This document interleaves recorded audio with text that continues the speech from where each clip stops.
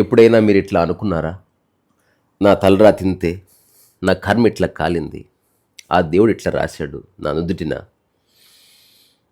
మీరు అనుకున్నారో లేదో నాకు తెలియదు కానీ సిటీకి వచ్చిన తర్వాత ఒక 2-3 ఇయర్స్ ఈ ఆలోచన నన్ను గట్టిగా పట్టుకుంది. ఏం జరిగినా ఇది నా తలరాతేమో అని అనిపిస్తుండేది. అప్పటి వరకు నాకు తెలియదు ఈ ప్రపంచంలో ఇన్ని వ్యత్యాసాలు, ఇన్ని ఆర్థిక అసమానతలు, ఈ డబ్బున్న వాళ్ళు, ఇన్ని ప్రొఫెషన్స్, సెలబ్రిటీలు ఉంటారని తెలియదు నాకు. నేను ఏదో ఆడుకుంటూ పెరిగాను. సిటీకి వచ్చిన తర్వాత మొట్టమొదటిసారి ఈ సమాజంలో ఉన్న రకరకాల వ్యత్యాసాలని, డబ్బున్న వాళ్ళు, డబ్బు లేని వాళ్ళు, డబ్బు కోసం ప్రయత్నం చేస్తున్న వాళ్ళు, పేరు ప్రఖ్యాతుల కోసం ప్రయత్నం చేస్తున్న వాళ్ళు, అన్నీ ఉండి బాధపడేవాడు. బట్ నాకు ఓవరాల్గా ఏమర్థమైందంటే, తలరాత బాగా ఉంటే మనం డబ్బుని ఇంట్లో పుడతామని. డబ్బు లేదు కాబట్టి నాకు తలరాత లేదు. ఇప్పుడు ఒక పెద్ద హీరో కొడుకు హీరో అయ్యాడు అనుకో, అప్పుడు అనిపించేది మనం ఎప్పటికీ హీరో కాలేం, ఎందుకంటే మన తలరాత ఇంతే. మా ఇంటి ముందర వాళ్ళ అబ్బాయి కారు కొనుక్కుంటే, ఓహో వాళ్ళ నాయన సైంటిస్ట్ కాబట్టి వీడికి డబ్బు అప్పనంగా వచ్చింది, డబ్బు దీంట్లో పుట్టాడు వీడు. కానీ తర్వాత విచారణలో ఏం తెలిసిందంటే అసలు తలరాత అనేది ఉండదు. అసలు రాసేవారు ఎవరు లేరు, మన తలరాత మనమే రాసుకుంటాం.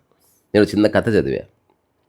ఒక చిన్న అబ్బాయి ఒక పల్లెటూరులో పుడతాడు, ఆనందంగా ఉంటాడు. పెరిగిన తర్వాత నాలాగే కంపేర్ చేసుకొని సఫర్ అవుతూ ఉంటాడు.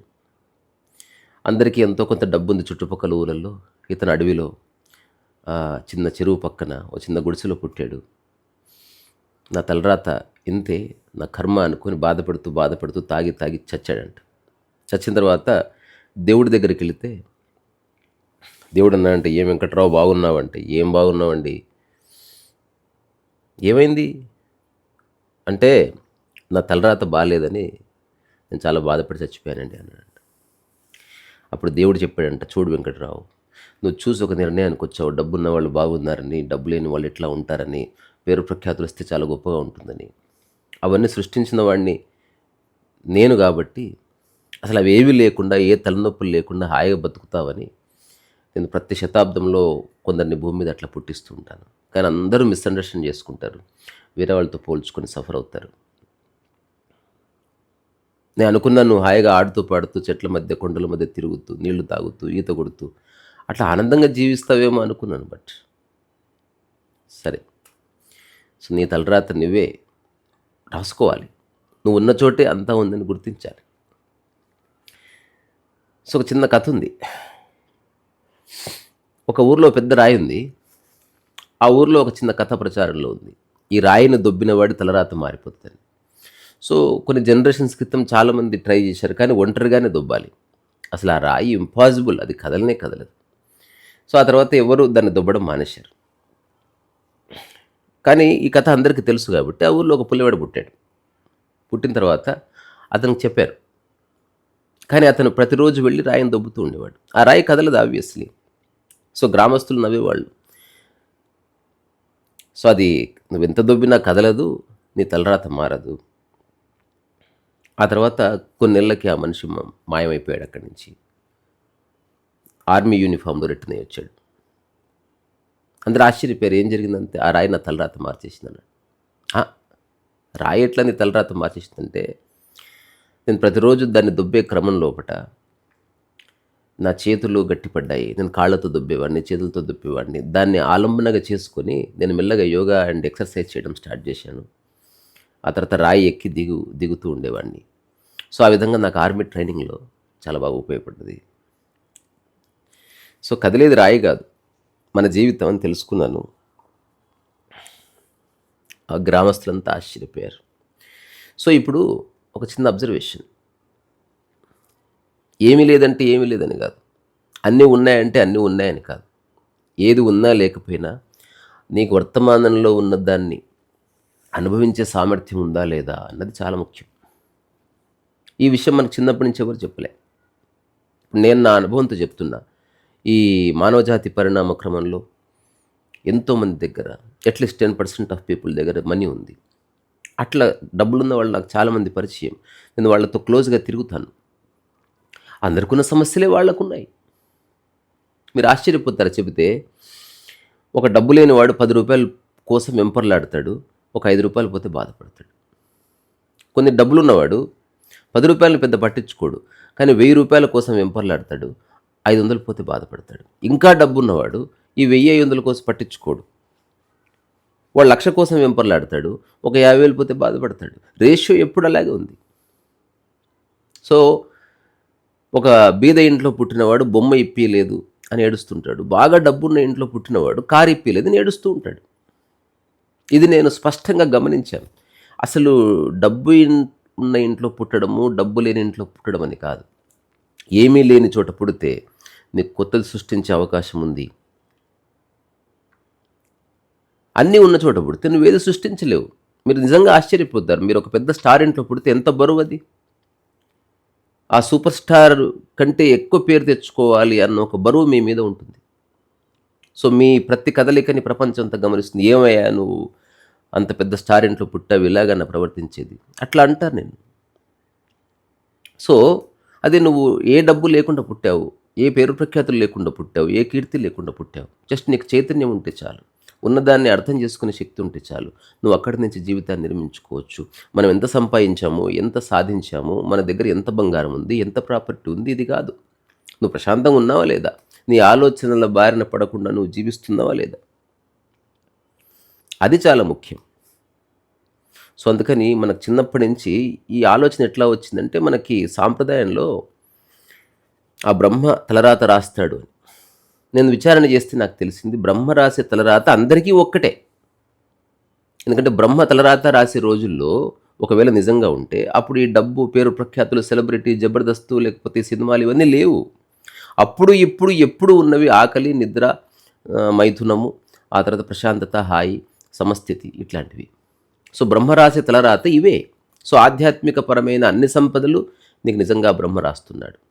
నీ నిజమైన తలరాత అంటే ప్రాపంచికమైన విషయాలు కాదు, ప్రకృతిపరమైనవి. సో అందుకని నీ తలరాత బాగానే ఉంది. వేరే వాళ్ళ దగ్గర ఉన్నవి నువ్వు పోల్చుకున్నావు. ఎప్పుడన్నా నువ్వు పోల్చుకుంటావా వేరే వాళ్ళ నిద్ర నీ నిద్రతో? అది ఆల్రెడీ ఉంది కదా. వేరే వాళ్ళ ఆకలితో నీ ఆకలితో పోల్చుకోవుగా. వేరే వాళ్ళ హాయితో నీ హాయిని ఎందుకు పోల్చుకుంటావు? డబ్బు చాలా సూపర్ఫిషియల్. కోర్స్ డబ్బు ఉంటే కొన్ని చేయొచ్చు, డబ్బు లేకపోతే చాలా చేయొచ్చు. ఏం చేయొచ్చు అని అడిగాడు. హాయిగా కాళ్ళు బాగా చెప్పుకొని పడుకోవచ్చు. పేరు ప్రఖ్యాతులు ఉన్న ఇంట్లో పుడితే కొన్ని చేయొచ్చు, సోషల్ సర్వీస్ చేయొచ్చు. పేరు ప్రఖ్యాతులు లేదా కీర్తి, గౌరవం లేని ఇంట్లో పుడితే రోడ్డు మీద చెత్త ఎత్తొచ్చు, ఒక కుక్కతో ఆడుకోవచ్చు, నిన్ను చూసేవారు ఎవరు ఉండరు. అందుకే ఒక చిన్న ఓల్డ్ సామెత ఉంటుంది, ఎంతో పాపం చేసుకుంటే పేరు ప్రఖ్యాతులు, డబ్బు, పరువు ప్రతిష్టలు ఉన్న కుటుంబంలో పెడతాడు. తద్వారా నీకు స్వేచ్ఛ లేకుండా పోతుంది. వదిలించుకోవడం చాలా కష్టం. ఒక బుద్ధుడు తన రాజ్యం నుంచి బయటపడాలంటే చాలా కష్టం. ఎవరెవరో చూస్తూ ఉంటారు. అదే ఒక అడవిలో ఉన్న నీవు, లేక నీకు ఏ పేరు ప్రఖ్యాతులు లేవు, ఆ ఊరిలో వాళ్ళకి నీకు ఏ ఆసక్తి లేదు, నువ్వు అనుకుంటే ఎప్పుడైనా వెళ్ళిపోవచ్చు. Who cares? అందుకని సరిగ్గా చూస్తే అందరి తలరాత ఒక్కటిగానే ఉంది. ప్రాపంచికమైన విషయాలు దానికి సంబంధం లేదు.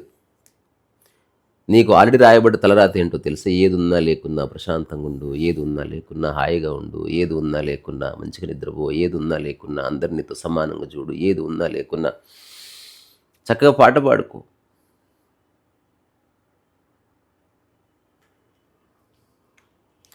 అవునా కాదా? ఓషో ఒక మాట అంటాడు, your problem is you don't have any problems,